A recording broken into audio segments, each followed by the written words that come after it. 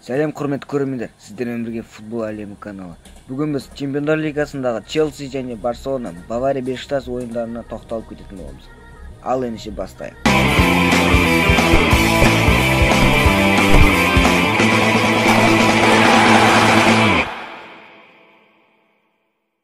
Ең қызықты ойындардың бірі Челси және Барселона ойындарынан бастасақ. Бұл екі команда 2005 жылдан бері өзара 17 кездесіп, оның 3-еуін Челси жеңсе, ал оның 2-еуін Барселона жеңген. Ал 5 ойын өзара тең аяқталған.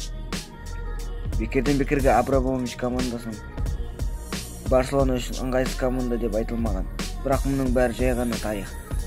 Ал қазіргі таңда Челси англиялар жақсы ойын көрсетіп жүр дегенге сену қиын. Әрдайым Челсидің қорғанысы Барселона үшін қиын қамалдардың бірі болса, ал ол қорғаныс ақырғы ойындарда Борнмуттан 3 гол жіберіп алса, Уотфордтан 4 гол жіберіп отыр.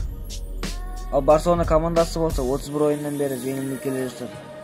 Ақырғы ойындарда Барселонаның тең ойындары бар болса, бұл тең ойындардың себебі жаңбырлы ауа райы мен толық құраммен шықпағандықтан.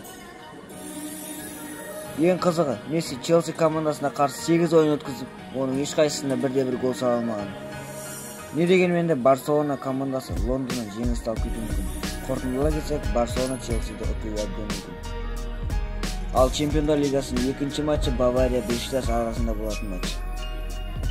Қонақ иелерін басатын болсақ, Бешикташ Чемпиондар Лигасында топтық кезеңде қиналмай бірінші орында шықты. Қазіргі таңда Бешикташ құрамында тәжірибе ойыншылардың саны жетеді.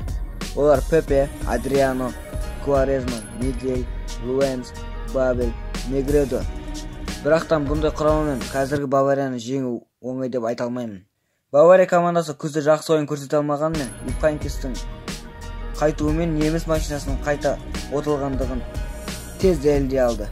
Оған дәлел турнирлік тізімде қайта бірінші орынға шығып, ПСЖдан өзін қайта кегін ала білді. Бұдан айтпақшы болғанымыз, Бешикташтың мүлде жеңіске деген мүмкіншіліктері жоқ.